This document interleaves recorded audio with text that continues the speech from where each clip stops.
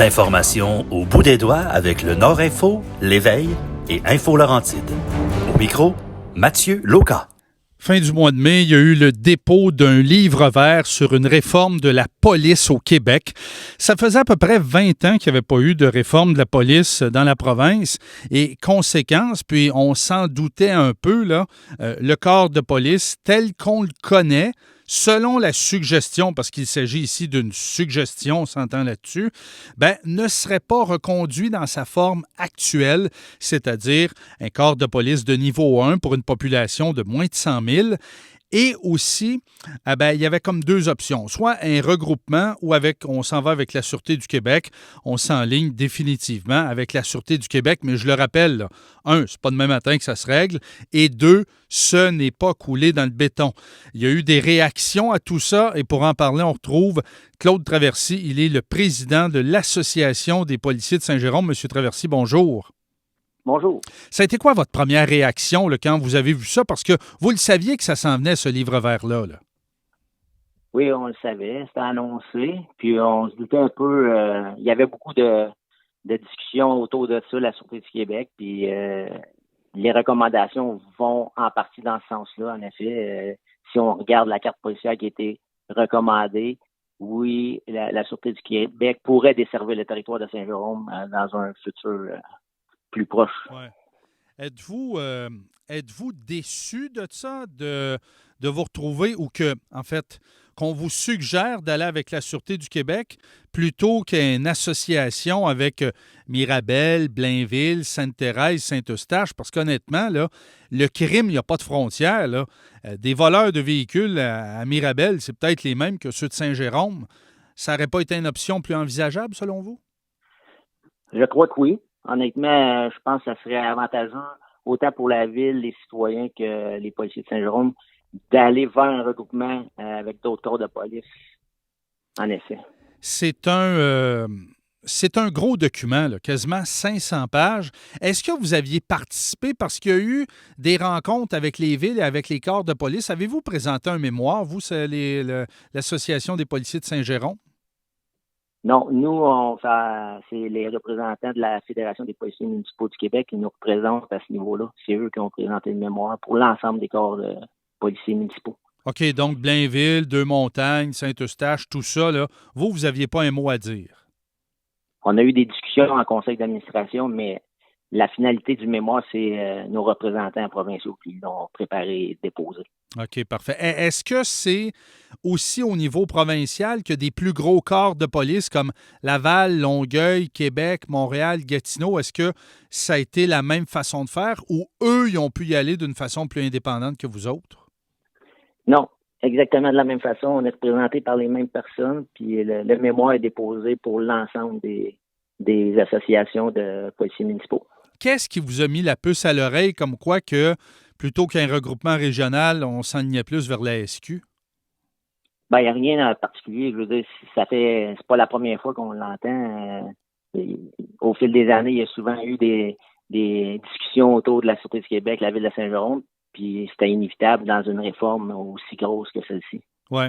Est-ce que vous avez questionné soit la ville de Saint-Jérôme ou votre association au niveau provincial? Parce que Saint-Jérôme, contrairement à certaines autres villes, là, est en croissance démographique. On était 73 000 il y a 4-5 ans. On est rendu 80 puis on s'enligne vers 100 000 assez vite. Est-ce que ça a fait partie, ça, des discussions, selon vous? Moi, j'ai pas eu de discussion directement avec la ville ni les élus. Par contre, je sais que la mairesse est sortie dernièrement, elle a annoncé d'emblée qu'elle prônait pour une police municipale. Par contre, c'est un dossier qui est énorme. Le rapport, c'est, comme tu disais tantôt, c'est des recommandations. Ouais. Il n'y a aucun calcul qui a été fait là, pour voir au niveau des coûts vers des transferts ou des rassemblements de corps de police. Il reste beaucoup, beaucoup de discussions à avoir. Mais je pense que la proximité d'un corps de police municipale sera toujours mieux. Oui, on s'entend là-dessus. Ça a été quoi les réactions au poste de vos collègues, de vos membres?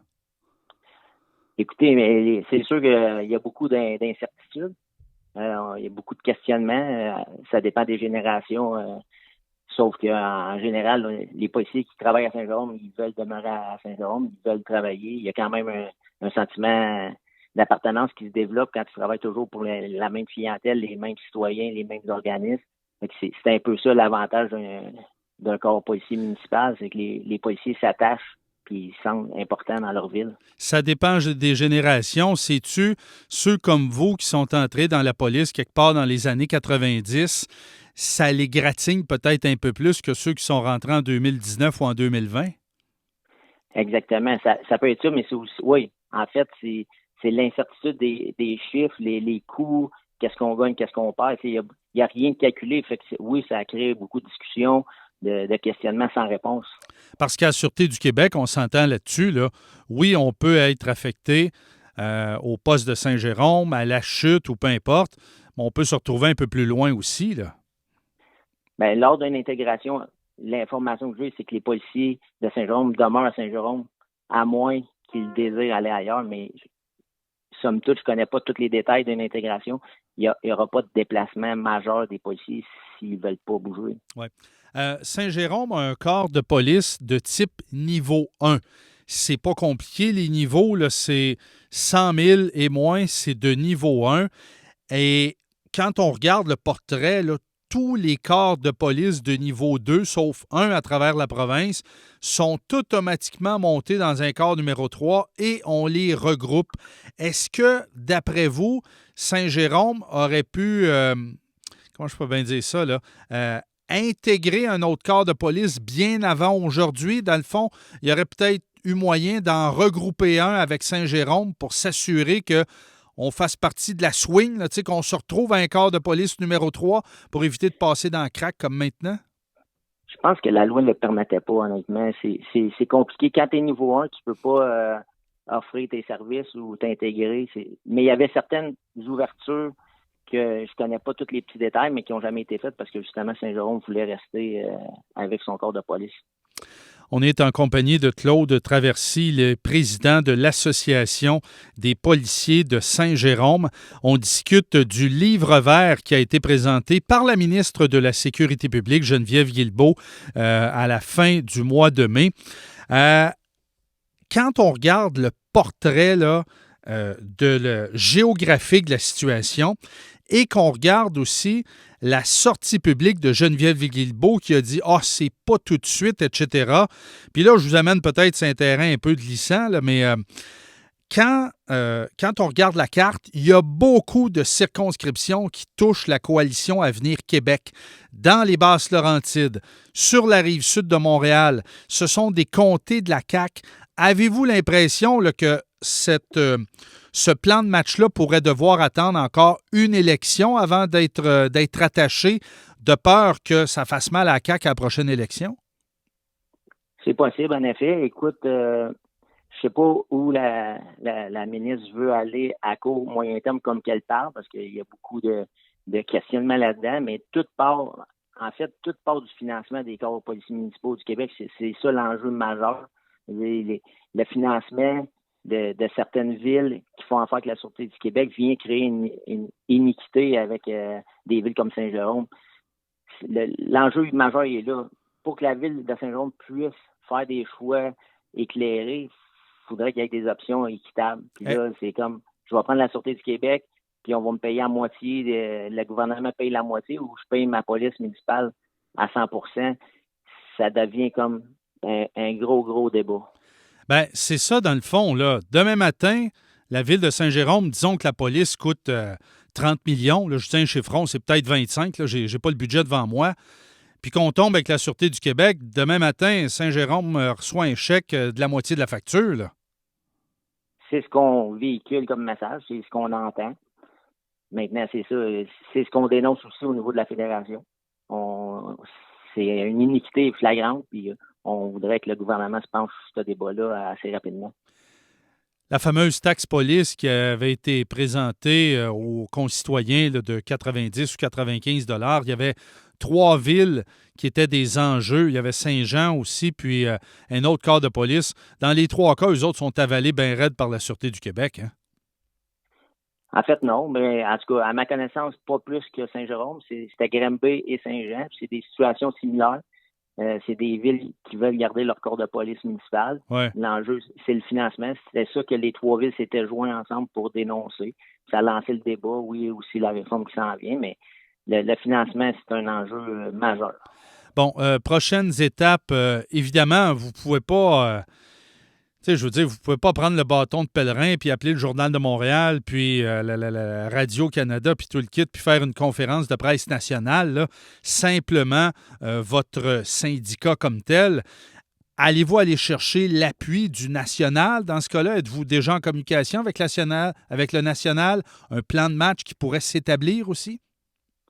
Je suis pas sûr de comprendre quand tu dis le national. Ben, dans le fond, le syndicat national, l'Association des policiers provinciaux, là. Nous autres, on est toujours en étroite discussion avec la Fédération des policiers municipaux du Québec. Et ils nous tiennent au courant, on fait des conseils d'administration, puis ce dossier-là ne fera pas exception, là. OK. Ils nous appuient, puis c'est eux autres qui nous représentent pour les grands enjeux comme ça. Ils nous supportent au maximum. Et est-ce qu'ils sont prêts à défendre Saint-Jérôme comme tel? Là, certains vont dire que ça fait un peu nombriliste, là, mais quand même, Saint-Jérôme, c'est une des 15 plus grandes villes de la province. Son corps policier a des besoins importants parce que la population est en sans cesse croissance. Est-ce qu'il pourrait faire un petit, je dirais pas un petit spécial pour Saint-Jérôme, mais quasiment, là, de vous intégrer à tout le moins à la gang de Blainville puis de Saint-Eustache? Assurément. Les discussions vont dans ce sens-là. Comme je dis, le dossier est gros. Il y a beaucoup de discussions, mais Saint-Jérôme a déjà été mentionné comme un cas d'exception. Puis c'est sûr que c'est dans ce sens-là qu'on va faire nos représentations. Bon, ben pas avant 1 an et demi, 2 ans. Ça sera à suivre. Claude Traversy, merci pour votre temps. Merci, à bientôt. Claude Traversy, il est président de l'Association des policiers de Saint-Jérôme.